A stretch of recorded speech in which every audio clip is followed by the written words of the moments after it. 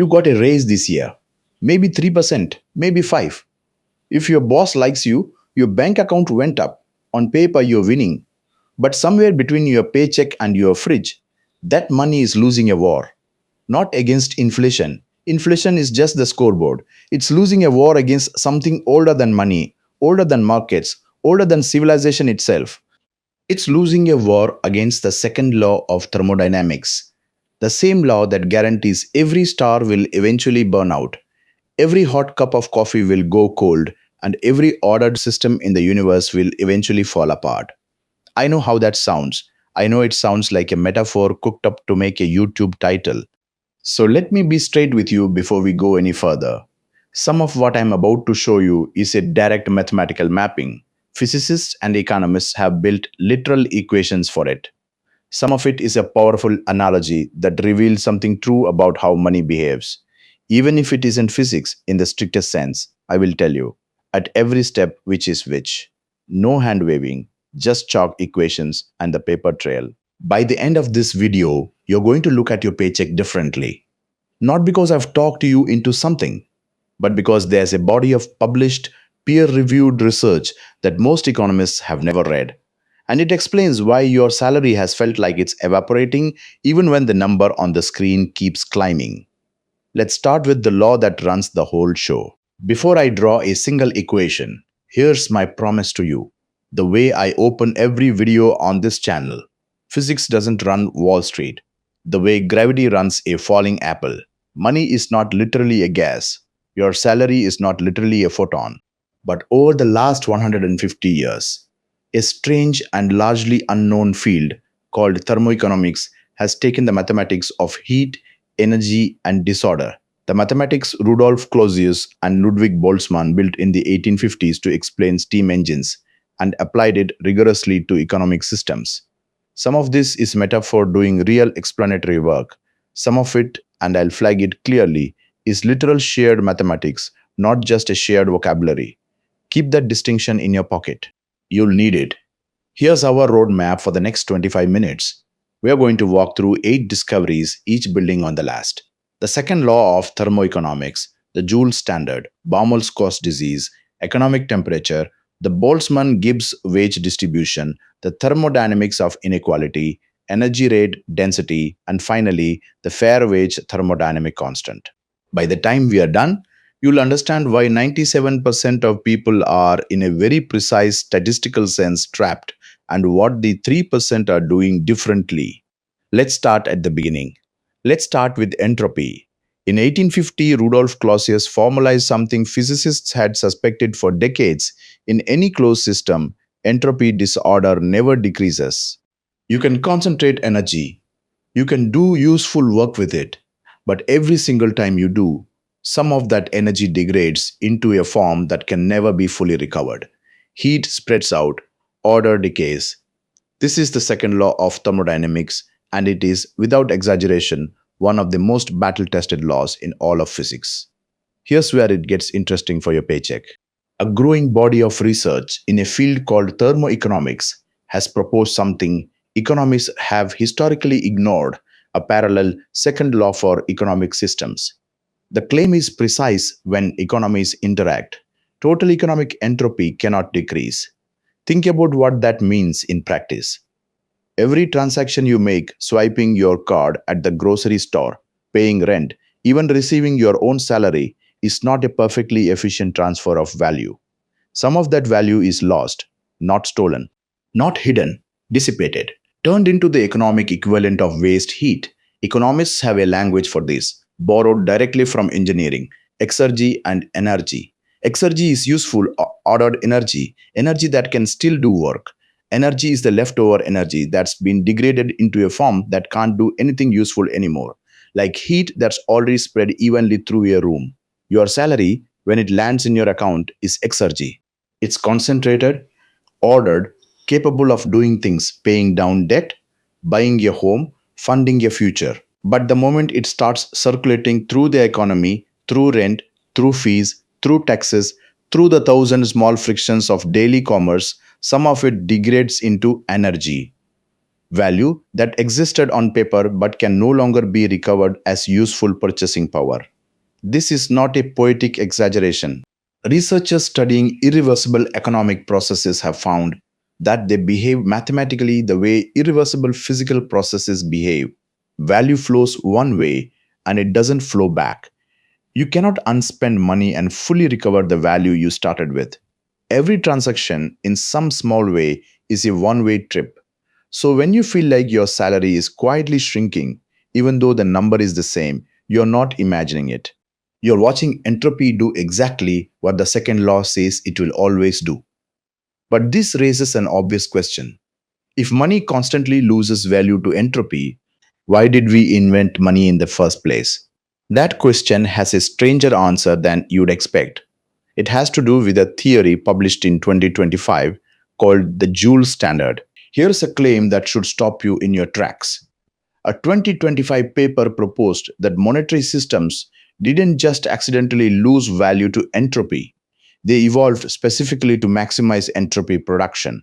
Let that sink in. The theory, which its authors call the Joule Standard, argues that money is what physicists call a dissipative structure, a system that exists specifically to speed up the spread of disorder. The same way a hurricane exists to more efficiently equalize a temperature difference between warm ocean water and cold upper atmosphere. The paper's most striking finding is a historical correlation. The pace at which humanity refined its monetary systems, from barter to metal coins to paper currency to digital transactions to cryptocurrency, tracks remarkably closely with what's called the cosmic rate of energy densification. That's a mouthful. So here's the plain version. The universe has a natural tendency to process energy faster and faster over time as complexity increases. Stars form, galaxies cluster, life evolves, and each stage processes energy at a higher rate than the one before it. The Joule Standard's authors argue that money is nature's next tool for the same job, a protocol invented by human civilization that exists to speed up the second law of thermodynamics inside economic systems. If that's true, here's the uncomfortable implication for your paycheck. Your salary isn't just losing value to friction and inefficiency as a side effect, it's participating in a system that is, by its underlying physical logic, designed to convert ordered wealth into disordered heat and to do it faster as the economy grows more interconnected and complex. This is why every generation seems to feel the squeeze more acutely than the last, even as raw economic output climbs. It's not just inflation. It's not just corporate greed, though. That's real too. It's a civilization scale machine that gets more efficient generation after generation at turning concentrated value into diffuse, unrecoverable heat. Now, I want to be honest with you about where this sits on our metaphor versus literal math spectrum. The Joule Standard is a genuinely provocative theoretical framework, and its authors do real mathematical work connecting entropy production rates to monetary evolution. But it's a young theory published in 2025, not yet the kind of century tested consensus the second law of thermodynamics itself enjoys in physics. Treat it as a serious hypothesis worth taking seriously, not gospel. But even setting the Joule Standard aside, there is a much older, much more mainstream economic idea that shows this same thermodynamic fingerprint.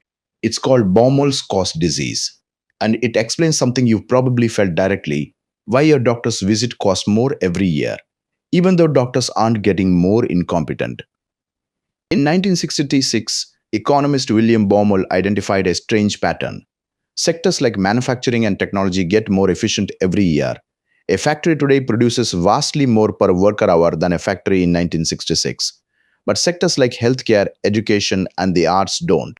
A string quartet in 2026 still needs four musicians playing for the same amount of time as a string quartet in 1826. A teacher still can't teach twice as many students without sacrificing quality.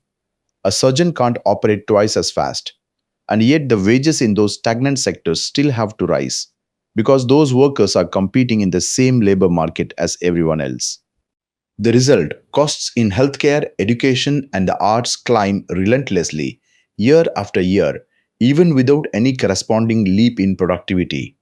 Baumol didn't frame this explicitly using thermodynamics, but look at the shape of it. And you'll see the same signature we just discussed. Progressive sectors, manufacturing, tech increase productivity by concentrating energy and information more efficiently. In thermodynamic language, they are locally lowering entropy, building order, extracting more useful work from the same input. Stagnant sectors can't do that. A nurse's attention, a teacher's explanation, a musician's performance, these can't be concentrated or compressed the way a factory process can. They resist that kind of ordering.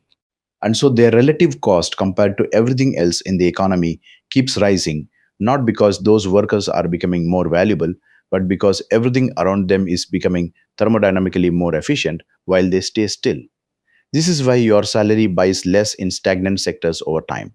It's not greed in the simplest sense, it's a structural mismatch between sectors that can concentrate order and sectors that fundamentally cannot. Your paycheck is trying to buy something that resists compression in an economy increasingly optimized for things that don't. Think about your own field, whatever it is.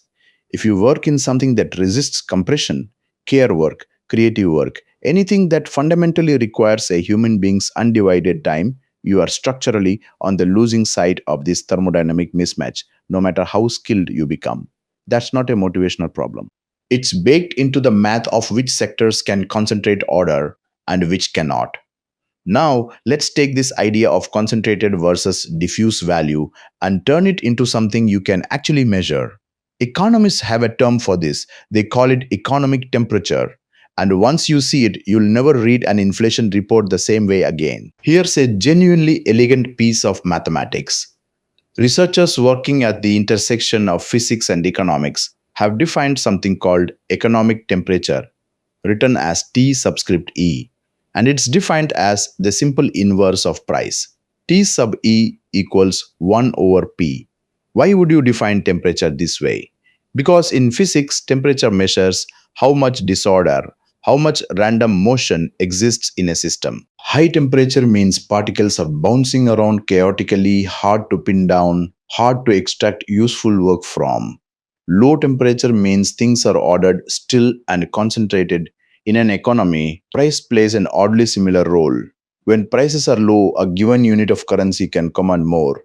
It's concentrated, able to do more work, buy more things. That's a low temperature ordered state.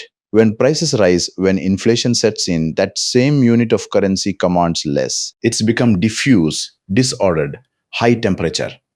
So the equation tells us something mind bending. As inflation rises, economic temperature falls. That sounds backwards until you remember the definition. Temperature here is the inverse of price. So rising prices mean falling temperature in this specific mathematical framework. And here's the physical law this connects to. Heat flows from hot to cold. Value in this framework behaves the same way. It flows from high temperature goods, the ones with low prices and abundant availability, toward low temperature goods, the ones with high prices and scarcity. Your money, in this model, behaves like thermal energy, migrating through a system always leaking toward the goods and assets that have become colder, scarcer, pricier, harder to obtain.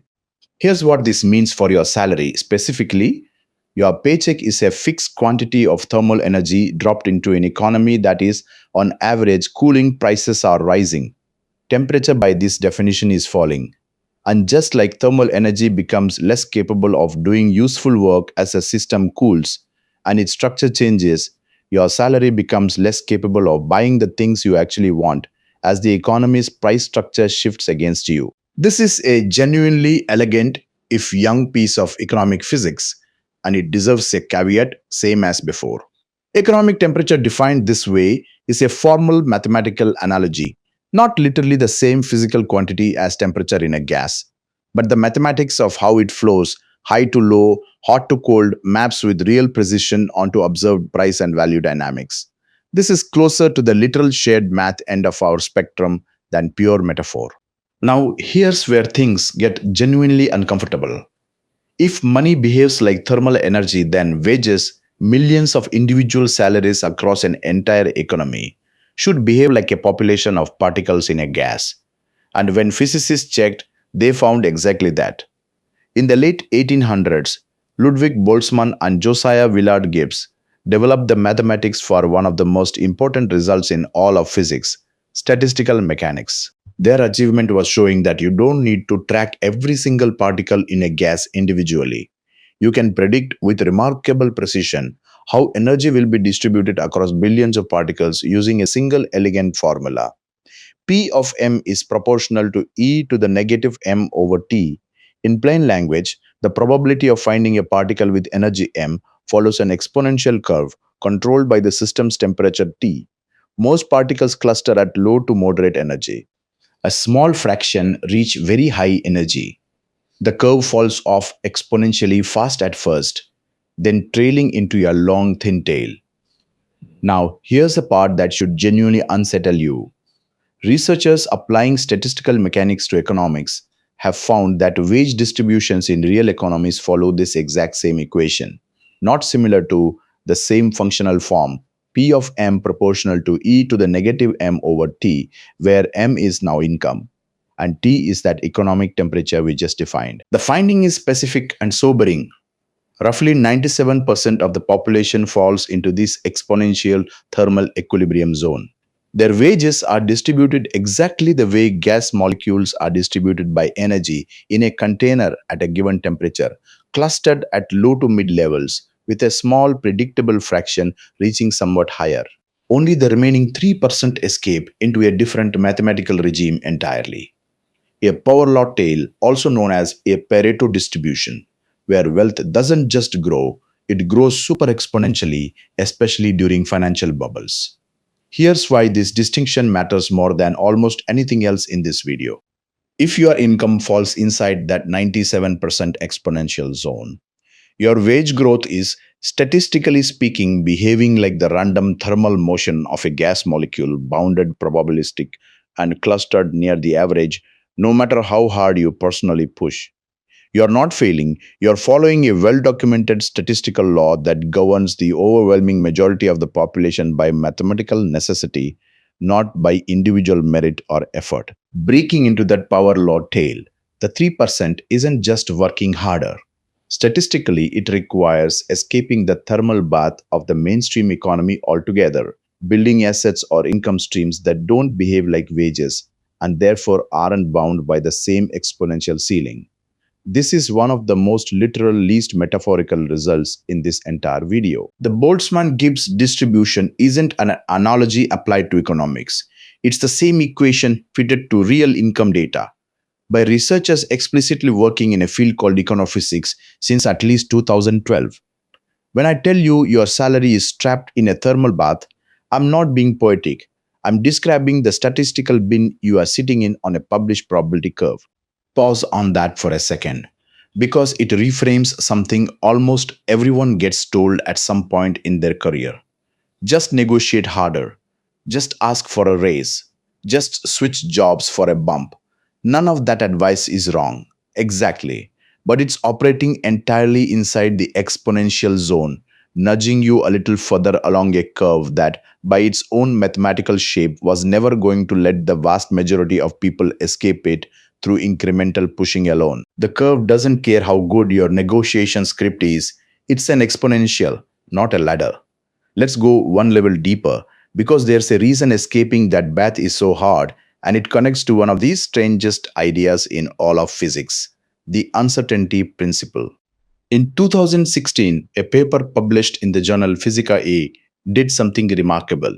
It formalized a second law inequality for economic stratification, and in doing so, identified two quantities that behave like what physicists call conjugate variables.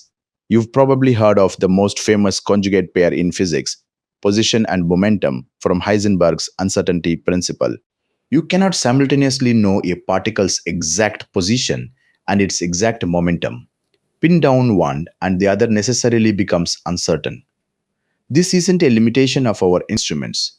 It's a fundamental feature of how the universe is built. The 2016 paper argues that upward mobility and economic precariousness behave the same way as a genuine conjugate pair, not just a loose analogy. You cannot simultaneously maximize both economic stability and upward mobility. Push for more mobility, more risk taking, more flexibility, more gig work. more job switching, and you necessarily increase precariousness, the entropy production rate of the economic system as the paper's authors describe it. Here's the part that should hit close to home if you are one of the tens of millions of people in gig work, contract work, or flexible employment. Increasing precariousness doesn't just make your individual life harder. According to this framework, it accelerates entropy production across the whole system. And entropy production, remember, is what drives the redistribution of value toward the power law tale we just discussed. The very instability being sold to workers as flexibility and opportunity is, in this model, mathematically linked to accelerating the concentration of wealth at the top. Your salary's erosion, in other words, isn't random noise, it isn't bad luck, and it isn't a personal failing. It's a predictable outcome of the thermodynamic structure of inequality. A structure researchers have now formalized with the same mathematical language used to describe conjugate variables in quantum mechanics. I want to flag this one clearly on our metaphor spectrum too, identifying precariousness and mobility as literal conjugate variables. The way position and momentum are conjugate variables is a bold and specific theoretical claim from a single 2016 paper. It is not yet the kind of overwhelming, repeatedly confirmed consensus that backs the second law of thermodynamics itself.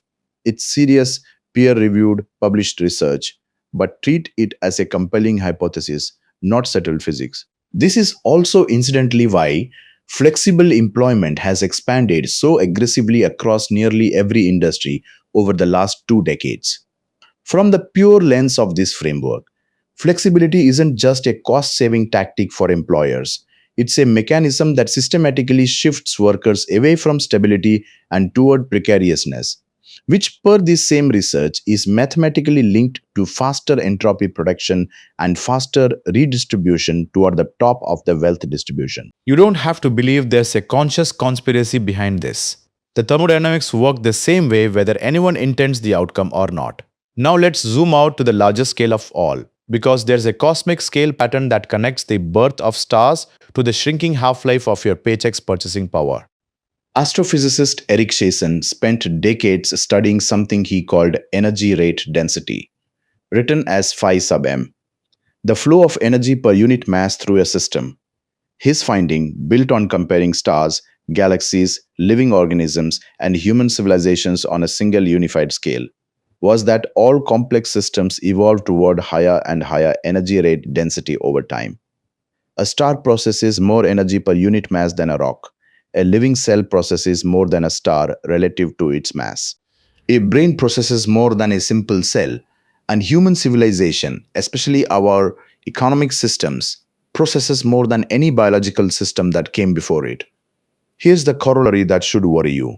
As economies increase their energy rate density, as they process more transactions, more information, more energy flow per unit of economic mass, the half-life of monetary value appears to decrease. Historical patterns suggest that each doubling of economic complexity roughly halves the time it takes for a given currency to lose half its purchasing power.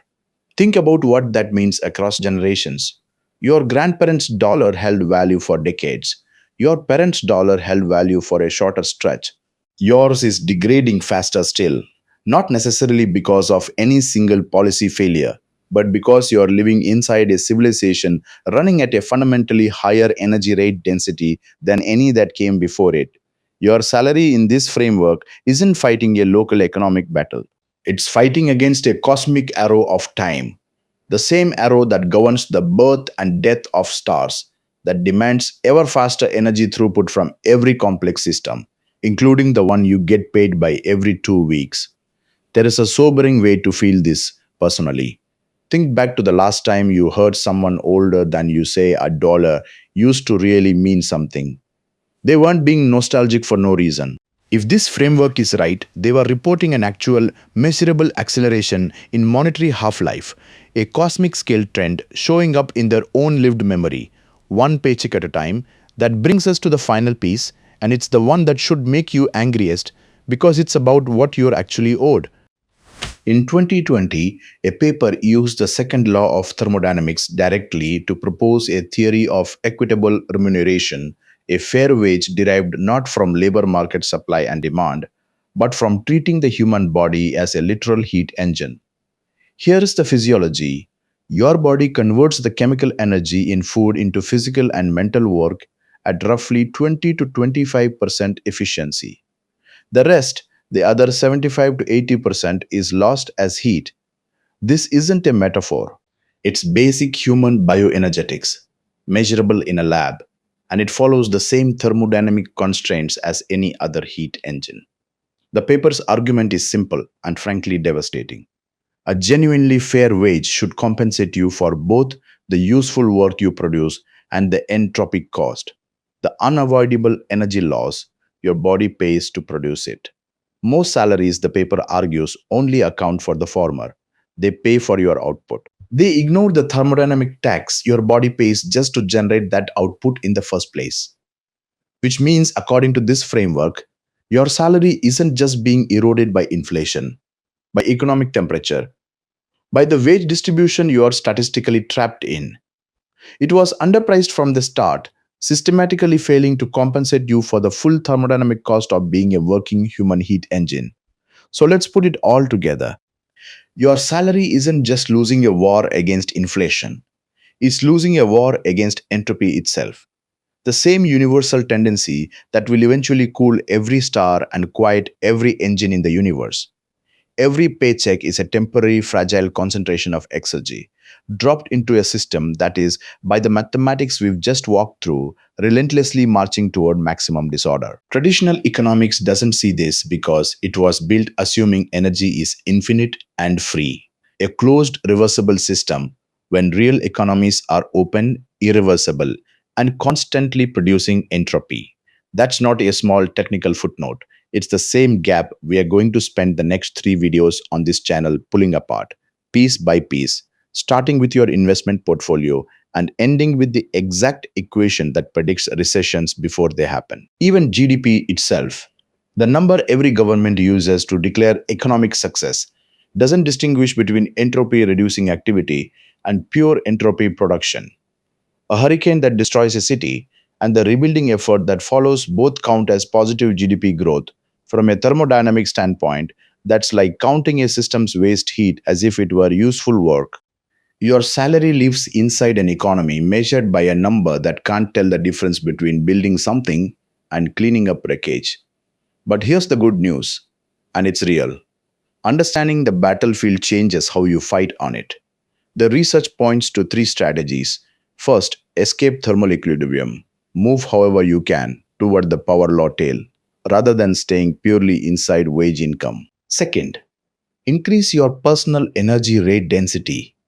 Acquire skills and assets that let you concentrate more value per unit of your time rather than simply trading hours for dollars. Third, hedge against entropy directly. Historically, assets like land, energy infrastructure, and information monopolies have appreciated faster than the economy's baseline entropy production rate. You can't repeal the second law of thermodynamics. No one can. But you can, with the right positioning, stop being the particle that entropy acts on and start being one of the rare structures that briefly locally pushes back against it. If this changed how you look at your next paycheck, subscribe because next week we are taking this same physics and pointing it directly at your investment portfolio, and the results are worse than you think.